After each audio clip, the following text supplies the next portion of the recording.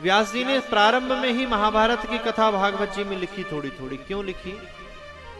ऐसा माना जाता है कि महाभारत का ग्रंथ जो है घर में नहीं रखना चाहिए। कुछ लोग कहते हैं ऐसे।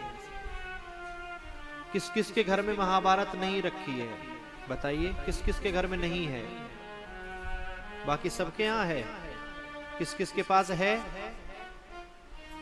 है भी दो लोगों के पास और नहीं भी दो लोगों के पास, तो बीच वाले कहां गए?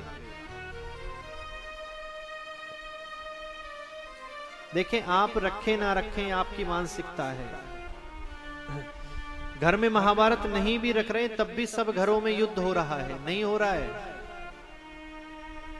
सबसे बड़ा इतिहास महाभारत है। जिसने महाभारत को समझ लिया उसके घर में, उसके परिवार में, उसके व्यापार में कभी युद्ध नहीं हो सकता। कैसे समझना है इसको? दो पक्षों में युद्ध हुआ, आप सब जानते हैं। किस किस में हुआ? जोर से। हाँ, ये हुई ना बात। हम इतनी देर से जोर से बोल रहे नहीं थक रहे, आप एक बार में थक जाते हो, जय बोलने में थक जाते हो। कौन जीता? कितने थे पांडव? कौरव कितने भाई थे? फिर भी हार गए। क्यों हार गए? क्योंकि पांडवों के संग में धर्म था और कौरवों के संग में अधर्म था। अधर्मी व्यक्ति, पापी व्यक्ति कुछ समय के लिए पुष्पित फलवित हो सकता है, लोगों की नजर में पद प्रतिष्ठा को पा सकता है। धार्मिक व्यक्ति कुछ समय के लिए कष्ट पा सकता है, पांडवों की तरह वनवास मिल सकता है, अज्ञातवास मिल सकता है, सब कुछ जा सकता है, लेकिन अंत में जीत जो है वो सत्य की ही होती है। जैसे पांडवों की जीत हुई, वह 100 के 100 समाप्त हो गए। 11 अक्षौणी सेना थी उनके पास, इनके पास 7 अक्षौणी सेना थी, फिर भी वह हार गए। क्यों?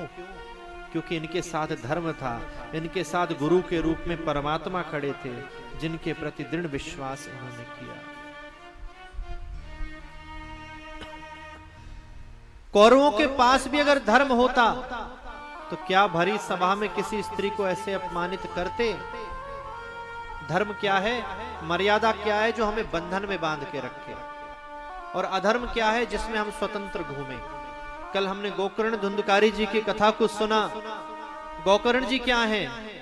धर्म में बंधे हुए हैं, अधीन हैं, और धुंधकारी क्या है? स्वतंत्र है, वैश्याओं के संग रहता है, मांस भक्षण करता है। क्या गति हुई? प्रेत बनना पड़ा। रामचरितमानस में 2 चरित्र हैं, शूर्पणखा का और मां जानकी का। शूर्पणखा क्या है? स्वतंत्र है। तो क्या हुआ? नाक और कान कटवा कर आना पड़ा, पूरे कुल का सर्वनाश करवा दिया स्वतंत्रता की वजह से। और मां जानकी क्या है? धर्म के अधीन है। लंका में रहने के बाद भी निरंतर राम राम जपती रही, और भगवान श्री राम की भी इतनी ख्याति फैली, तो वह मां जानकी की मर्यादा की वजह से ही। ना रावण को मारते, मां जानकी को वापस लाते, तो इतना नाम भगवान श्री राम का भी ना होता। इसलिए स्वतंत्र रहोगे तो मन भटक सकता है, शरीर भटक सकता है, इंद्रियां किसी और को देखकर आकर्षित हो सकती हैं, लेकिन धर्म की रस्सी से, परमात्मा के चरणों से अगर बंधे रहोगे तो इधर उधर मन और शरीर नहीं भागेगा। भागेगा तो भगवान के चरणों की ओर ही भागेगा।